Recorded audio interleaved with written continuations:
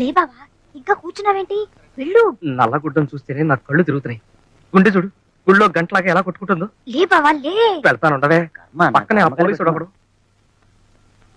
మహంకాళి గారు, మీరు చెప్పుకోవాల్సింది ఏమైనా ఉందా? బోల్డంత ఉందండి, కానీ చెప్పనండి. ఏ? ఎందుకంటే మరి బోల్డంత డబ్బు వేసి ప్లేట్ పెట్టున్నాను కదండి. ఓహో, మిస్టర్ బాలరాజు, బాలరాజు. ఏటా గుసగుసలు అవతల మన జడ్జి గారు పెడుతున్నారు. Order, order. నువ్వు అలా పిలవకూడదు. అలాగా ఏమండి, అలా పిలకూడదని బాలరాజు నాకేం చెప్పలేదే. నాకేదో బీపీ పెరిగినట్లేదు. బీపీ లేదు, బీపీ లేదు. లే బావా లే. పూర్వం రోజుల్లో జడ్జిల్ని పబ్లిక్ ప్రాసిక్యూటర్ చూస్తే భయవేసేది. ఇప్పుడు అసలు క్లయింట్లను చూస్తేనే భయవేస్తుంది. పైగా పేరు Mahankali. Very bad name sir. ఇక మీరు మొదలెడతారా? Yes sir. నా క్లయింట్ మహాత్మా గాంధీ. అయ్య బాబోయ్, వీడికి నా పేరే గుర్తులేదు. నీ పేరు నాకు గుర్తులేకపోవడం ఏమిటయా? భలేవాడివి. నీ పేరు అమ్మవారు.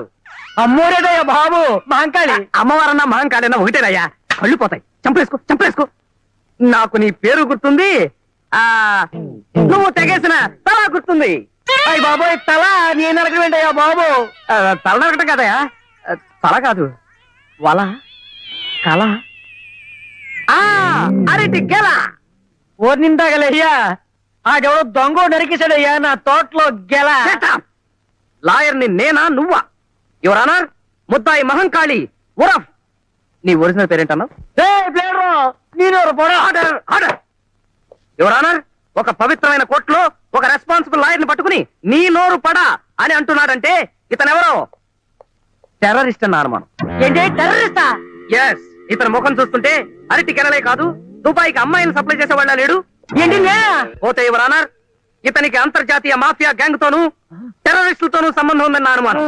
పంజాబ్ లో జరుగుతున్న గొడవల దగ్గర నుంచి డార్జిలింగ్ లో గూర్ఖాల గొడవల వరకు, కాశ్మీర్ లో కలహాల దగ్గర నుంచి శ్రీలంక అల్లర్ల వరకు, చార్లెస్ సోబరాజ్ తిహారీ జైలు నుంచి పారిపోవడం మహంకాళి హస్తం ఉందని తగిన సాక్ష్యాధారాలున్నాయని నా అభిప్రాయం. బాబోయ్, ఈనాడు ఉదయం ఆంధ్రజ్యోతి, ఆంధ్రప్రభ పత్రికల్లో వచ్చే హెడ్లైన్ కేసులన్నీ నా మీద పెట్టేస్తున్నాడు బాబోయ్.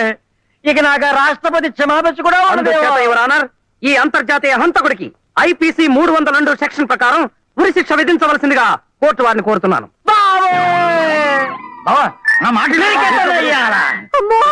బాలరాజు, నా డబ్బు వేసేసి నన్నే కేసు ఎక్కిస్తావంటా?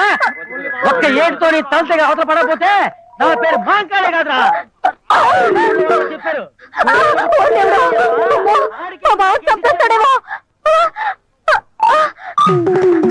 ఈ అరటి కనుక ఒప్పుకోకుండా అడుపు తినపోయేది. పైన పణాకి అర్థనాకి చీలకి జంతువులకి కేసులు ఒప్పుకుంటే ఇలాగే అడుస్తాయి. గాంధీ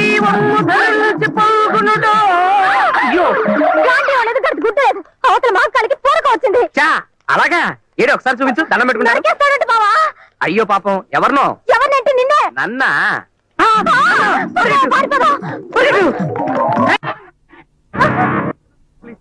ప్లీజ్, తను వదులు ప్లీజ్. నిన్నోదల్లో నీ తల నేను అరికెత్తాను.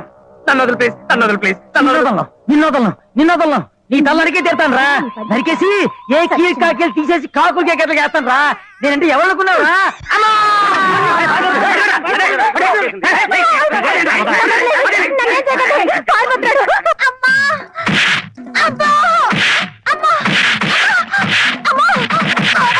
నీ కారుకి స్టార్టింగ్ చెప్పలేదని పాపం చాలా మంచిగుండ.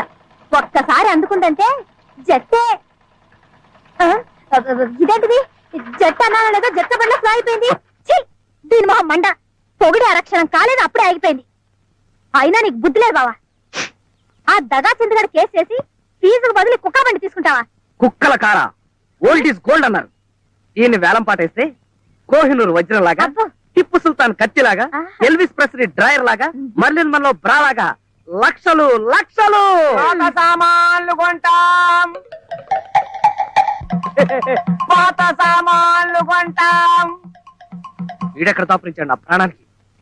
పిండం పెట్టే వేళ కాకులొచ్చి వాలిపోయినట్టుగా వాలిపోతున్నాడు. బావా, బేరం కుదరకపోతే 2 జీళ్ళు ఎక్కువ అడుగుదాం, అంతేగాని కారం కూడా మారేస్తావా? ఏమంటావు? నిన్ను దొరకలే. దొరకదు.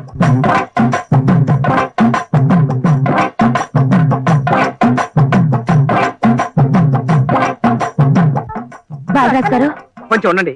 దొరకవే. Excuse me, can you help me? కార్లో డ్రాప్ చేయడం మాత్రం కుదరదండి. దీనికన్నా అబ్బా రిక్షాలో వెళ్ళడం బెటర్. నోర్మి, అదే లేదండి. ఒక అరగంట టైమే ఉండి విమానంలాగా తయారు చేస్తాను. విమానం లాగానా? Yes. గోవిందా గోవిందా. ఏమండి, ఇది విమానం అయితే నేను ఎయిర్ హోస్టెస్ లాగా. Your attention please. హైదరాబాద్ నుండి బెంగళూరు వెళ్లే విమానం కొద్ది క్షణాల్లో కింద పడుతుంది. Krishna, this is too much. మీరు నా కేసు టేకప్ చేయాలి. కేసా? నేనా? Oh my God.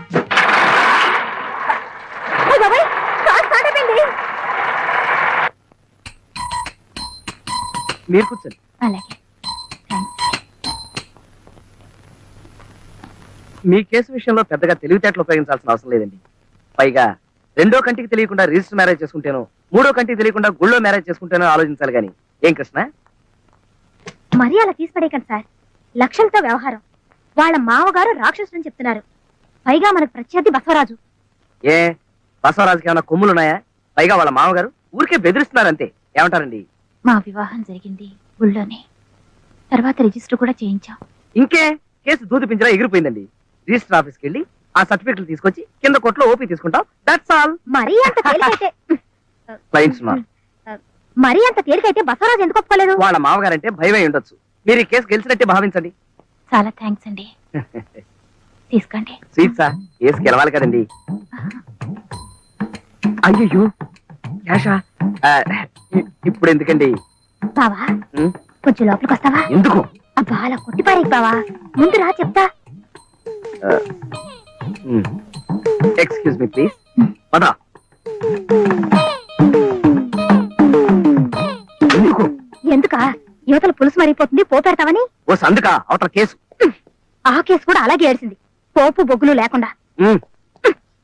నువ్వు అసలు హాయిగా ఈ లా మానేసి ఏ కుక్కుగానో సెటిల్ అయితే బెస్ట్. ఏ ఏంటి, ఎవరి దగ్గర ఎంత ఫీజు గుంజాలో ఏం తెలీదు. ఏం మనిషివో. తీసుకుంటూనే ఉన్నాం కదంటే ఇంత ప్యాకెట్. ఆ తీసుకుంటున్నావు, ఇలాగే తీసుకుంటూ ఉండు. రేపు కేసు గెలిచిన తర్వాత ఫీజు కింద తవలపాకు, బళ్ళారక్క, పావలా బిళ్ళ చేతికి అందిస్తారు. ఏమిటో నువ్వు చెప్పేది నాకేం అర్థం కావట్లేదే. నా మాట కొంచెం విను బావా. మనం గనక కేసు గెలిపించకపోతే ఆవిడ ఆస్తి మొత్తం వాళ్ళ మావగారు కొట్టేస్తాడు. అలాంటి ఆస్తిని మనం అడ్డం కొట్టి ఆవిడకి అప్పగిస్తున్నాం. అందులో కొంత పర్సెంట్ అడుగుదాం. నా ఎస్టిమేషన్ ప్రకారం అధమా పక్ష సుజాత గారి ఆస్తి ₹1,00,00,000 ఉంటుంది. అందులో ఓ 2% అడుగుదాం. 2% అంటే ఓ 20 రూపీస్. వెర్రి మొహమా, 2 లక్షలు. 2 లక్షలు.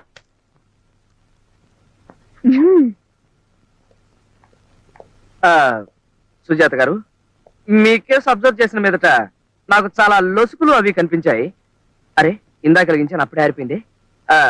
లోపల డిస్కషన్ చేసిన మీదట మీ కేసు ఎంత ప్రమాదకరమైందో తేలింది. ఉదాహరణకి గుమ్మడికాయ పులుసులో కొత్తిమీర, ఉల్లిపాయలు.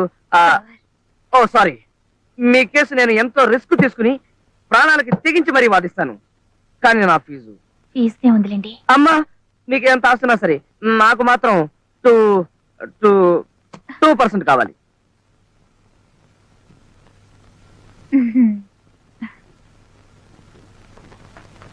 అలాగే.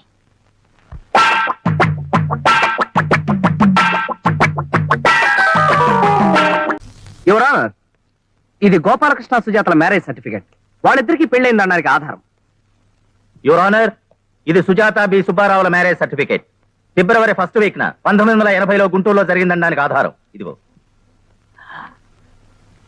యువర్ ఆనర్, ఎస్, బసవరాజు గారు చెప్పినట్టుగా నాదే దొంగ సర్టిఫికెట్.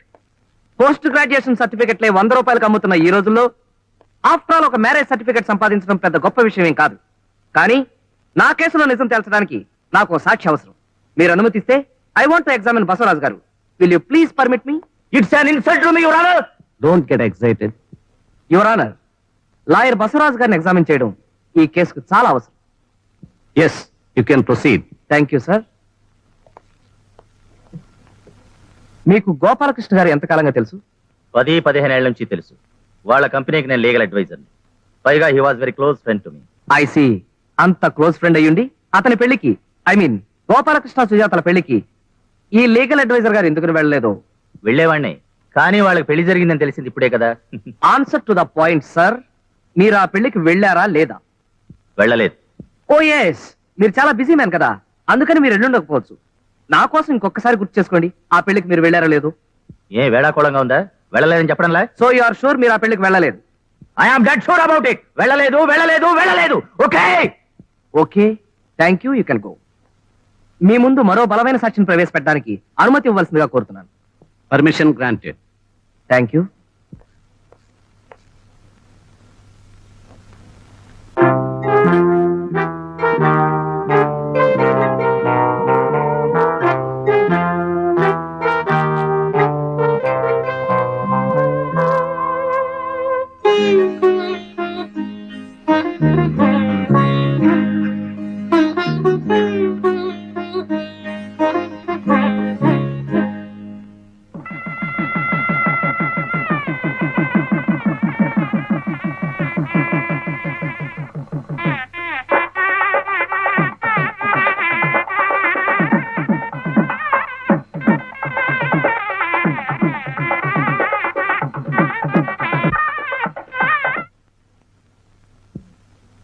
పోల్చుకున్నారా బసవరాజు గారు?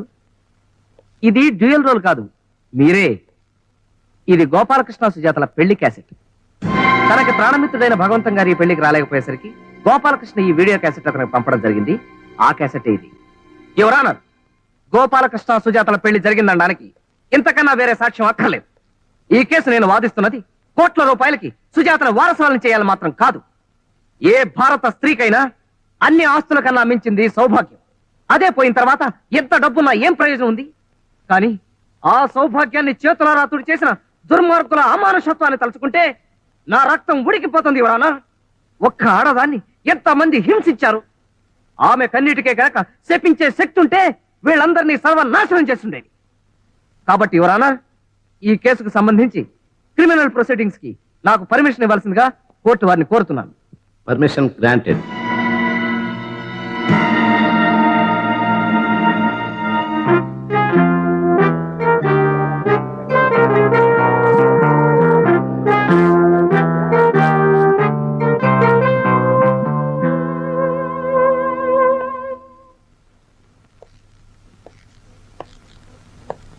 మీకు పెళ్ళై ఎన్నేళ్ళయింది? 23 ఏళ్ళయింది.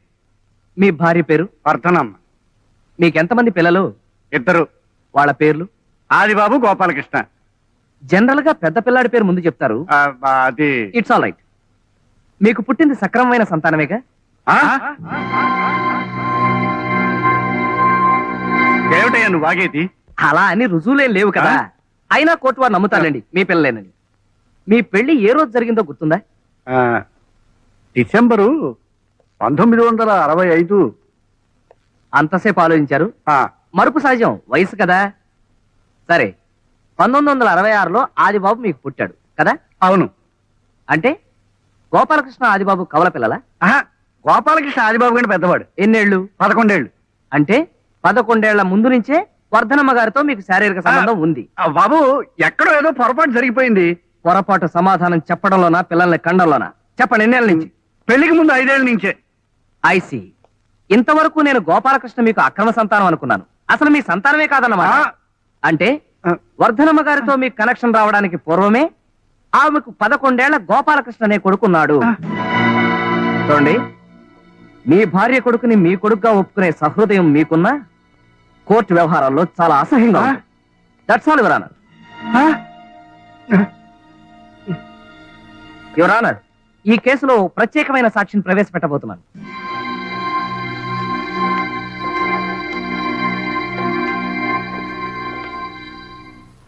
గోపాలకృష్ణ గారు మీకు ఎప్పటి నుంచి తెలుసు? హీఈస్ మై చైల్డ్హుడ్ ఫ్రెండ్, బాల్యమిత్రుడు. ఐసి. గోపాలకృష్ణ ప్రతి సంవత్సరం అక్టోబర్ 2వ తారీఖున విధిగా మీ దగ్గరికి వచ్చేవారు. అలా ప్రత్యేకంగా రావడానికి కారణం ఏమైనా ఉందా? ఆ రోజు గోపాలకృష్ణ తండ్రి పోయిన రోజు. తన తండ్రి సమాధిని చూడడానికి వచ్చేవాడు.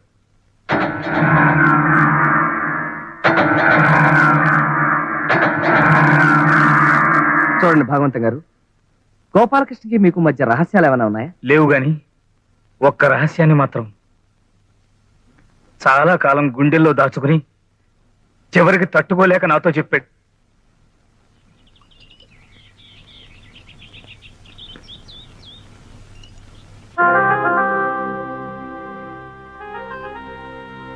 పొయ్యరా.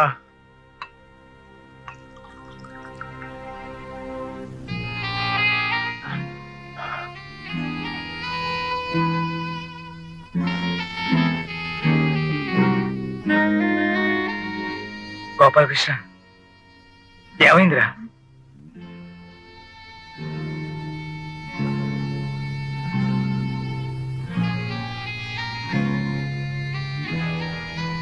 What happened?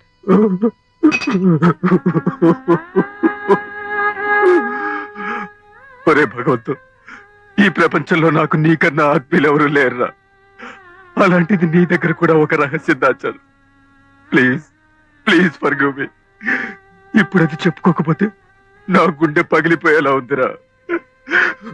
ఈజీరా, ఈజీ. అరే, అప్పుడు నాకు 10-11 ఏళ్ళు ఉంటాయనుకుంటాను. శరభయ్య అనే నీచుడు మా ఇంట్లోకి జొరబడి మా నాన్నగారిని మంచి చేసుకుని మా అమ్మని ట్రాప్ చేసి ఆమెతో అక్రమ సంబంధం పెట్టుకున్నాడు రా. అది నా దృష్టిలో పడి మింగలేక కక్కలేక బాధపడేవాడిని. ఆ శరభయ్య గారిని నరికి పోగులు పెట్టాలనిపించేది. కానీ అప్పుడు నేను చాలా చిన్నవాడిరా. ఆ పని చేయలేక ఒంటరిగా కూర్చొని కుమిలి కుమిలి ఏడ్చేవాడిని. ఒకరోజు ఆ శరభయ్య గాడు మా అమ్మ మా నాన్నగారికి రెడ్ హ్యాండెడ్ గా దొరికిపోతే ఆయన ఆవేశం తట్టుకోలేక కత్తితో తిరగబడ్డారు. కానీ ఆ శరభయ్య మా నాన్నను పొడి చేశాడు, చంపేశాడు. That bastard has killed my father. I object your honour. Bhagavantam గారు చెప్పేది చూస్తుంటే అదేదో శరభయ్య గారు చేసినట్టు అనిపిస్తోంది. ఒకవేళ అదే నిజమైతే పోలీసులు కోర్టులు శరభయ్య గారిని ఎందుకు వదిలేసినట్టు? అంత తెలివి తక్కువ వాళ్ళు. 100 మంది దోషులు వదిలేసినా పర్వాలేదు, కానీ ఒక్క నిర్దోషిని శిక్షించకూడదనే న్యాయ సూత్రాన్ని అనుసరించి అతను తప్పించుకున్నాడు. సరే, హత్యలు అక్రమ సంబంధాలు అంటున్నారు.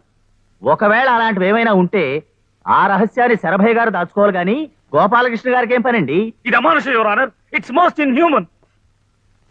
తన తల్లికి అక్రమ సంబంధం ఉందని తెలిసిన ఏ కొడుకైనా బాధతో ఆ రహస్యాన్ని గుండెల్లో దాచుకుంటాడే తప్ప బట్టబయలు చేయడు. బతికినంతకాలం ఈ విషయం భార్యకు కూడా చెప్పలేదు. కనీసం కనీసం చచ్చిపోయిన వాడి గురించైనా గౌరవంగా మాట్లాడమనండి. Please please. భగవంత్ గారు please control sir, please. Macherla Rajasekharam, Macherla Rajasekharam, Macherla Rajasekharam. చూడండి రాజశేఖరం గారు, హత్య జరిగిన రోజున శరభయ్య గారు ఆదిబాబు మీ ఆఫీస్కి వచ్చారా? నాకు సరిగా జ్ఞాపకం లేదండి. అలెక్స్ ని పిలవమంటారా? ఆదిబాబు శరభయ్య గారేనండి. వచ్చారండి. అల్లరి చేయకుండా ఆ విషయం కోర్టు వార్త చెప్పండి. ఆ రోజు మళ్ళీ ఏ మొహం పెట్టుకుని నన్ను అడగడానికి వచ్చావు? ఇంతకు ముందే నీకు 1,00,000 సార్లు చెప్పాను, మళ్ళీ నా గడప తొక్కొద్దని. నీ శరీరంలో ప్రవహించేది చివు నెత్తురా లేక బురద? అయినా నీకు సిగ్గు లజ్జాభిమానం ఉంటేగా. నువ్వు తినేది అన్నమా లేక గడ్డ? గోపాలం, అవసరం ఉండి వచ్చాం కదా, నోటికొచ్చినట్టు మాట్లాడకు. పైగా రక్త సంబంధం పొచ్చు కొడతాను రాస్కెల్. రక్త సంబంధమా? ఆ మాట నందుకు నిన్ను షూట్ చేసి పారేయాలి. ఓన్లీ అన్నయ్య, ఇప్పుడు ఆ పాత సంగతి. Shut up! I will kill you. అన్నయ్యట ఎవడా అన్నయ్య? Get out! రాజశేఖరం, వీళ్ళని మెడపట్టి గంటే, లేకపోతే మర్డర్ చేస్తాను. అంత గాజులు తొలగించి ఎవరు కూర్చోలేదయ్యా. Bloody- అన్నయ్య, అదండి జరిగింది. ఇక మీరు వెళ్ళొచ్చు. విన్నారుగా యువర్ ఆనర్, గోపాలకృష్ణ మాటలకు బాధపడ్డ శరభయ్య ఒక ప్లాన్ ప్రకారం గోపాలకృష్ణ దారుణంగా హత్య చేయించాడు. This is too much your honour. ఆవేశంలో మనం 1,00,000 సార్లు చంపేస్తాం, నరకేస్తామనే పదాలు వాడొచ్చు. అంత మాత్రాన నిజంగా నా క్లయింట్ హత్య చేశాడన్న మూర్ఖత్వం. మై డియర్ లర్నెడ్ ఫ్రెండ్, దానికి సంబంధించిన సాక్ష్యాధారాలు నా దగ్గర ఉన్నాయి, నేను ప్రవేశపెడతాను. You please relax. చూడండి సుబ్బారావు గారు, మీకు తెలిసిన విషయం వివరంగా చెప్పండి. అర్జెంటుగా సంతకం అవసరం వచ్చి గోపాలకృష్ణ గారి దగ్గరికి వెళ్ళాను ఆ రాత్రి. అప్పటికే బయలుదేరిపోతున్న ఆయన ఇంటికి రమ్మన్నారు. నేను బయలుదేరాను, కానీ దారిలో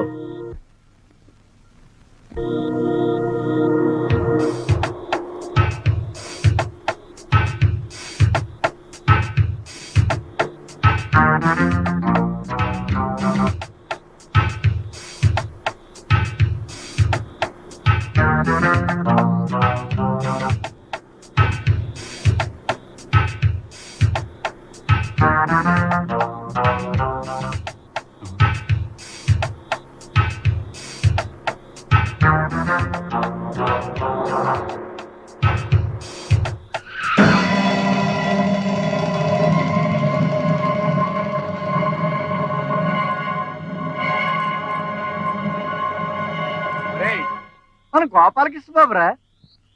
పాపం చంపేయండిరా. డబ్బు అడిగినంత మాత్రాన్ని నా పీక పట్టుకున్నాడురా. అందుకే ఈ శుభకార్యం చేస్తున్నాను.